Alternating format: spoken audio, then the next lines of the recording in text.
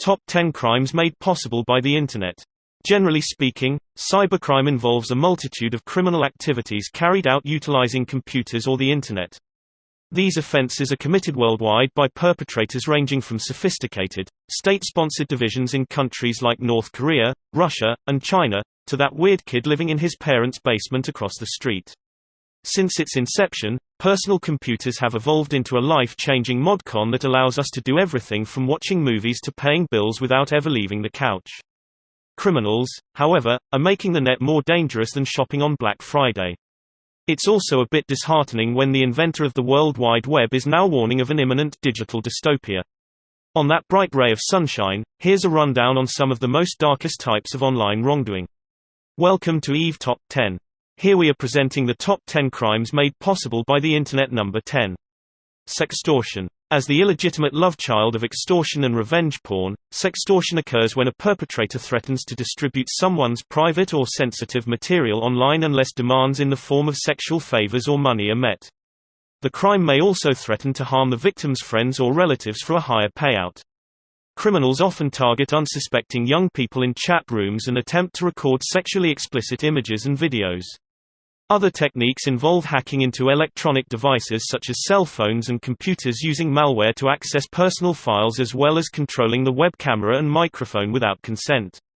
Law enforcement investigators say organized gangs from overseas target victims from afar, making it much more difficult to stop. Likely locations include the Philippines, Ivory Coast and Morocco. If you believe you're a victim of sextortion, or know someone else who is, call your local FBI office or toll-free at 1-800-CALL-FBI. Before we continued, give this video one like, smash on the subscribe button, plus hit on the notification bell icon. Number 9. Hate speech. With a multitude of social media platforms to choose from, hate groups now have an inviting place to call home. From neo-Nazis to ISIS, the Internet provides a safe harbor to distribute information that's not only morally reprehensible but a danger to humanity at large. And as a bonus, it's also a powerful recruiting tool. Join today. Despite the recent surge in hate crimes, the slippery slope of free speech prevents any meaningful regulation from stopping the spread of racism, intolerance, and fear. Ironically, the very foundation of the U.S. Constitution is being abused to subvert democracy and deliverance from tyranny. So much for life, liberty, and the pursuit of happiness. Comedian and political activist, Sacha Baron Cohen, recently blasted big tech in a speech organized by the Anti-Defamation League, ADL, a group devoted to fighting antisemitism. He called Facebook, Google, YouTube, and Twitter, the greatest propaganda machine in history. Baron Cohen urged the billionaire club dubbed the Silicon Six, particularly Facebook CEO Mark Zuckerberg, to take more responsibility. Your product is defective, you are obliged to fix it, no matter how much it costs and no matter how many moderators you need to employ, Baron Cohen said. Freedom of speech is not freedom of reach. Sadly, there will always be racists, misogynists, anti-Semites, and child abusers. But I think we could all agree that we should not be giving bigots and pedophiles a free platform to amplify their views and target their victims. On March 15, 2019, 2 consecutive terrorist shooting attacks occurred at mosques in Christchurch, New Zealand, killing 51 people and wounding 49. The shooter, a self-described white supremacist, live-streamed the atrocity on Facebook, where it then spread across the Internet and was likely viewed millions of times. Number 8. 419. There's a good chance that most people by now have received an email known as the Nigerian letter, or 419, the country's criminal code scam. As the granddaddy of fraudulent Internet schemes, the setup has seen several incarnations over the years, but the basic pitch goes something like this: Dear Mr. Sir, hello my good friend, my name is Dr. Givmer Moni. Please forgive my haste, but I'm writing about an urgent matter and can offer you $20 million for your assistance. And so on. And so on. Despite the absurdity and notorious premise, the ruse still manages to rake in the dough from naive victims. According to the FBI's website, Nigerian letter frauds combine the threat of impersonation fraud with a variation of an advance fee scheme in which a letter mailed, or emailed, from Nigeria offers the recipient the opportunity to share in a percentage of millions of dollars that the author, a self-proclaimed government official, is trying to transfer illegally out of Nigeria. Similar to phishing scams, experts point to several red flag indicators. the sender doesn't know your name. There's a sense of urgency. It's poorly written with lots of misspelled words. Number 7. Cyberbullying. In recent years, online bullying, often by adolescents targeting their classmates at school, has become one of the most rampant violations committed on the Internet. The growth of social media puts many young people at risk of receiving threatening and humiliating messages or having hurtful comments or images posted online. The Pew Research states, 59% of U.S. teens have been bullied or harassed online, and a similar share says it's a major problem for people their age. At the same time, teens mostly think teachers, social media companies, and politicians are failing at addressing this issue. The results can have damaging consequences leading to depression, anxiety, sleep difficulties, self-harm, and suicide. Students typically report reasons for being bullied, including physical appearance, race, ethnicity, gender, disability, religion, and sexual orientation. But like other crimes on this list, nobody seems to have any answers on how to effectively police or deter this growing trend. One might make that argument that kids will always be kids regardless of technology, and senseless cruelty is to be expected given their immature, not yet fully developed brains. Perhaps. However, some groups are advocating for more action, such as better monitoring at schools and stiffer punishment.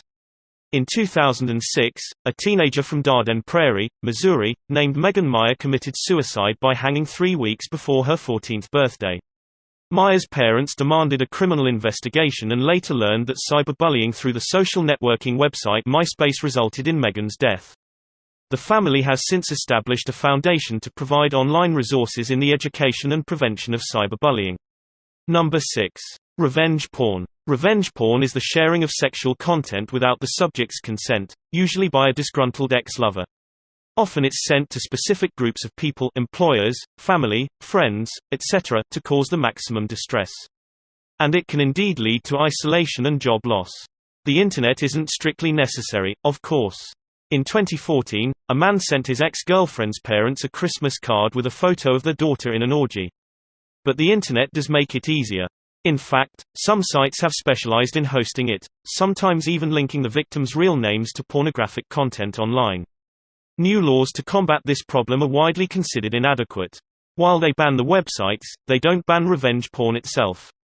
But the Internet has come up with a solution. Kind of. You can now upload your homemade porn to an app that'll keep it secure. Not only will it encrypt your content to protect it from thieves, ISPs, and, presumably, the app's developers, but anytime you or your lover want to view the content, you'll both have to input your passwords, a little like the launch keys for nukes.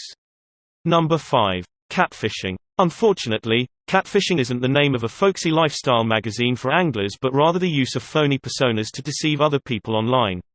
But we're not just talking usernames here. Catfish personas are complex and compelling, weaving narratives that can last for several years. And all they really need to get started is someone else's photos and the Internet. The point, usually, is to live out personal fantasies, as revealed in Catfish 2010 and its spin-off MTV series. However, motives also include bullying, entrapment, and financial gain. 3 Chechen girls, for instance, convinced Islamic State to send them $3,300 by posing as eager recruits. Like deepfakes and disinformation, catfishing is easier than ever. And most of the victims are vulnerable. One woman was driven to suicide by a string of catfish personas, first someone she'd known at school, then a British soap actor and fellow victim of harassment, then his kidnapper, then police investigating the kidnapping, then the actor's brother, then the actor again, who claimed the kidnapping was a hoax by his harasser. The catfish behind these personas, who turned out to be a woman herself, was eventually tracked down by police. In 2019, she was sentenced to 2 years and 8 months in prison for stalking 6 victims in total. Number 4. Doxing. The public release of personally identifying information, documents, or docs, has long been taboo on the Internet. In the 1990s, hackers lived in fear of their rivals, dropping docs in IRC. Nowadays, billions of us leave sensitive data online, on social media, blogs, forums, business sites, online games, network databases, and so on. And it can be gathered with relative ease. In fact, some of the most sensitive data, real names, photos, phone numbers, home and work addresses, are probably the easiest to find. Doxing, or doxing, if you prefer, isn't even illegal, not in itself. It's the motivation that makes it a crime, be it harassment, blackmail, incitement to violence, or some other nefarious scheme. However, the law tends to be murkier when it comes to social justice. In 2017, for instance, photos of racist protesters in Charlottesville were dumped on Twitter and identified by other users. Targets reported job loss, alienation from friends and family, and personal threats and attacks. In the aftermath, opinion was split over whether the doxing was justified, especially given that some of the targets were misidentified or misrepresented. This is the trouble with doxing, and with mob justice in general. It's all too easy to get the wrong person and often too late to clear their name later. Hacktivist Collective Anonymous knows this well.